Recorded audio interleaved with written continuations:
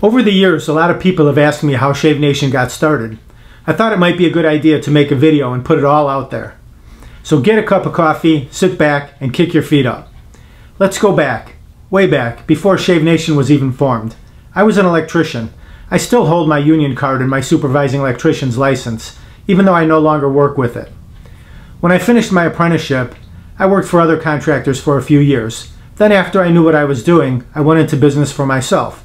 Read the book The Tipping Point by Malcolm Gladwell. It takes a good 10 years before you really become proficient at a craft, a trade, or a profession. My company was me. I mostly did restaurant work. I used to go in at nighttime and have everything done by the time they were ready to open in the morning. Lights, power, kitchen equipment, the whole 9 yards. I worked my ass off and things were great. My clients were amazed at how much I could get done in a night working by myself. One day I went into a restaurant to look at some work. I spoke to the manager. His name was Big Al. We shook hands and he started telling me about the work he wanted done in the restaurant.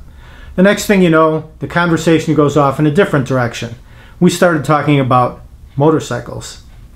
You ride, me too. One thing leads to another, and we would go riding on the weekends. Saturday or Sunday, we'd take a ride, have breakfast, and head back home. This went on for several years. It was our way of relaxing or blowing off steam after a hard week of work. I digress here, but it's for a reason I'll come back to later.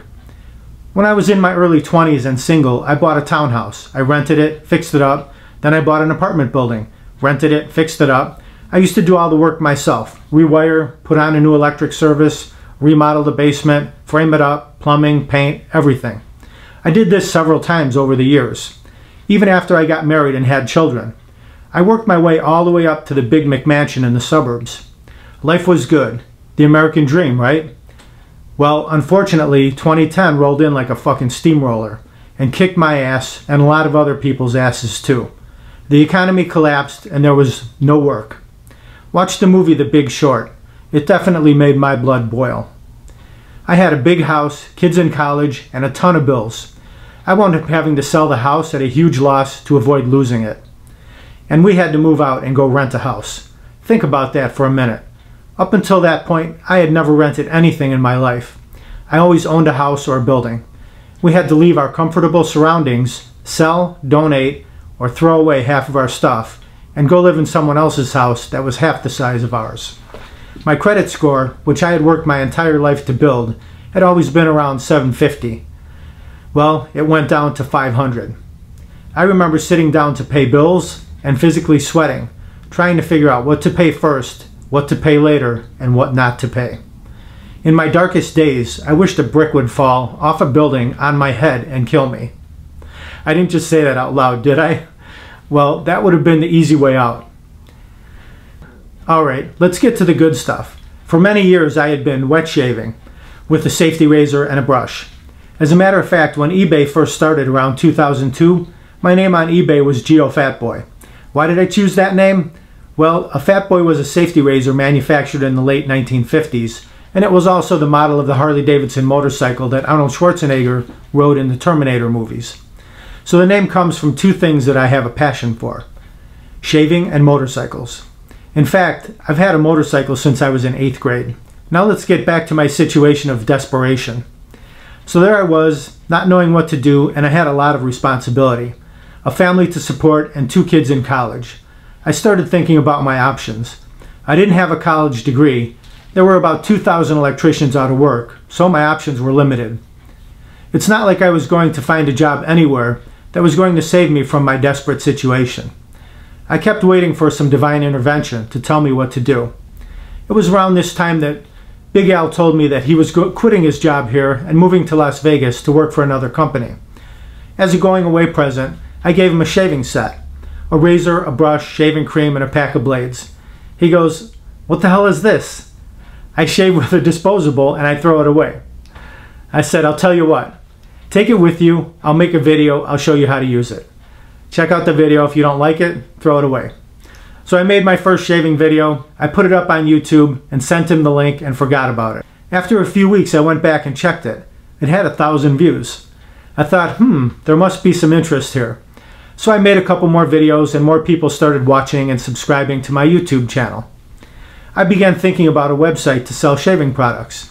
but I had no experience at all with websites. Around that time, my wife and daughter were at Best Buy.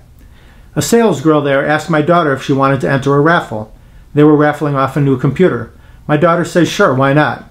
Well, guess what? My daughter won the computer. She brings it home, shows me the box, and tells me all about it. It was pretty exciting. Well, that box sat in her room for a couple weeks until one day she came to me and she said, hey Dad, you think you can sell this for me? I'm not going to use it since we use Macs at school and I'm not familiar with Windows. I said, sure, I'll see what I can do. So I took some pics, I put it up on Craigslist. After a few days, someone calls me. His name was Lucas. He says he's interested in the computer. We chat for a bit and he tells me that his wife just had a baby. I congratulated him and then I said, if you don't mind my asking, what do you do for work? He says, well, I sell a lot of books online and I build websites. No way. Mind blown. I thought for a second and I said, how about if I give you this computer and you build me a website? A few hours later, I'm on my way to meet Lucas with the computer at a bottle of wine for he and his wife. Well, Lucas built me a basic website and showed me how to add a couple of products. It was rough and it didn't even have SSL security. I then added about 20 of my favorite products and we came up with the name Shave Nation Shaving Supplies. Amazingly enough, things started selling. At first I was operating out of a home office. Then we moved to that rented house where I filled up an entire 10 by 10 bedroom, floor to ceiling, with shaving and shipping supplies. After that, we moved to a 400 square foot space and quickly grew out of that. Now we're in a 1,500 square foot space and it's starting to get crowded in here. Since we now have about 2,000 different products. And by the way, the videos, they've been viewed over 10 million times. The website has been revamped several times along the way, and I'm very happy with what it is now, and I hope you are too. About the videos, to this day, I go about it like I'm talking to my brother from another mother, Big Al. While shaving and making the videos, things would pop into my head, and I would say them out loud, such as, clear the runways, or have a great shave, have a great day, which people have brought to my attention if I leave them out of a video. So I'm happy to say that we, my family and I, built the business from the ground up. One way or another, everyone pitches in, packing, shipping, marketing, those handwritten notes in each package, sometimes, that's me.